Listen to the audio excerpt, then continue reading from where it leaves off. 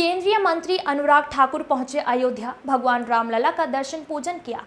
दर्शन करने के बाद मंत्री अनुराग ठाकुर ने कहा कि 500 साल के बाद इंतजार के बाद अयोध्या में राम मंदिर का निर्माण हुआ है।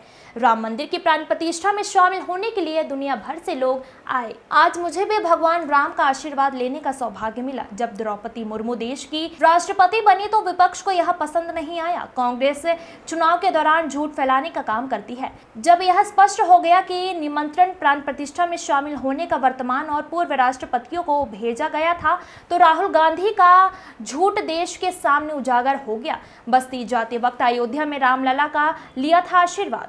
लेकिन ट्रस्ट ने खंडन कर दिया कि राहुल गांधी झूठ बोलते हैं और ऐसी चीजें जो भ्रामक चीजें होती हैं वो बांटने का काम करते हैं। 500 वर्षों के लंबे इंतजार के बाद 100 साल से ज़्यादा कोर्ट मुकदमों के बाद राम जन्मभूमि में रामलला की भव्य राम मंदिर का निर्माण हुआ। प्राण प्रतिष्ठा समारोह में देश और दुनिया भर के लोग आए और उसके बाद भी लाखों लोगों का आना जाना रहा। आज मेरा भी सौभाग्य है प्रभु राम के चरणों में शीश झुकाकर उनका आशीर्वाद भी मिला है। तो वहीं पर मैं उन लोगों से भी निवेदन करना चाहता हूं जो राजनीति कर रहे हैं और ओछी राजनीति कर रहे हैं। जब से श्रीमती द्रौपदी मुर्मू जी देश की राष्ट्रपति बनी तब से विपक्ष के लोगों को अच्छा नहीं लगा, क्योंकि पहले मोदी जी ने एक अनुसूचित जाति समुदाय से आने वाले गरीब परिवार से आने वाले रामनाथ कोविंद जी को देश का राष्ट्रपति बनाया। फिर उसके बाद श्रीमती द्रौपदी मुर्मू जी ट्राइबल क्षेत्र से आने वाली अनुसूचित जनजाति वर्ग की महिला अपने काबिलियत के आधार पे वो भी यहाँ पे पहुँची नीचे।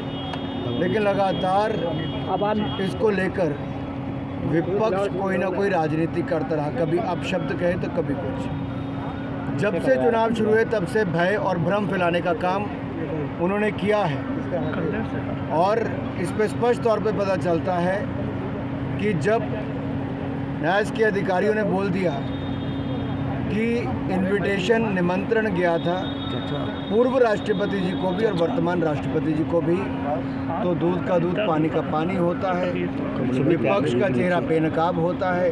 श्रीमान राहुल गांधी जी का झूठ एक बार फिर देश के सामने आता है। क्या वो अब भी राजनीति करने से बाज नहीं आएंगे? पहले ये लोग कहते थे रामलला हम आएंगे, मंदिर वहीं बनाएंगे, बीजेपी वाले कहते, लेकिन तारीख नहीं बताएंगे। जब मंदिर बन गया, निमंत्रण की तारीख दे दी, निमंत्रण दे दिया, तो उसके बावजूद नहीं आए। जितनी मर्जी चद्दर चढ़ा लें, आना प्रभु राम जी के चरणों में ही पड़ेगा। पहले रॉबर्ट वाड्रा का पोस्टर लगता है, उसके बाद कंफ्यूज और करप्ट पार्टी, उसकी यही हालत होती है। वो भ्रष्टाचार के चलते कभी अपना चोला बदलते हैं, कभी यूपीए से बदलकर इंडी गठबंधन करते हैं, कभी एक उम्मीदवार से पलट के दूसरे पर जाते हैं। ये कंफ्यूजन की स्थिति करप्ट पार्टी की रहने वाली है।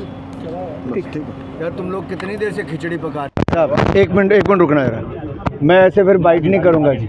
आप लोग रुकिए ना जी, शांति। आगे आईडी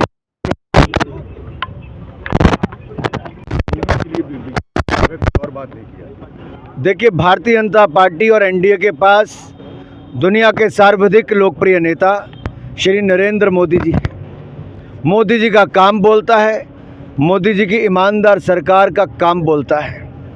दूसरी ओर विपक्ष है जहां पर एक अनार 100 बीमार, जो ये सोचते हैं आज एक साल एक प्रधानमंत्री, दूसरे साल दूसरा प्रधानमंत्री, तीसरे साल चौथा प्रधानमंत्री होगा, लेकिन इनकी तमन्ना ही रह जाएगी और एक अनार 100 बीमार वाली ये स्थिति विपक्ष की बनी रहेगी। जो इनके पास ना नेता है, ना नीति है और नीयत में खोट पहले से ही नजर आता है।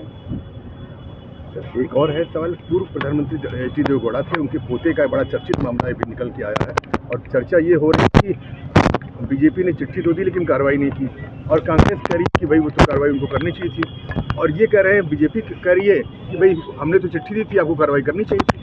देखिए, कल भी मैं एक तो देश के सामने इस बात को स्पष्ट करूं कि कानून व्यवस्था राज्य की सरकार का विषय है और अगर इतने समय से प्रदेश में इस विषय की जानकारी थी तो प्रदेश याद करके क्यों बैठी थी?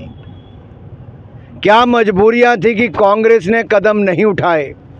कांग्रेस की सरकार एक बार फिर निकम्मी और निठल्ली नज़र क्यों आई?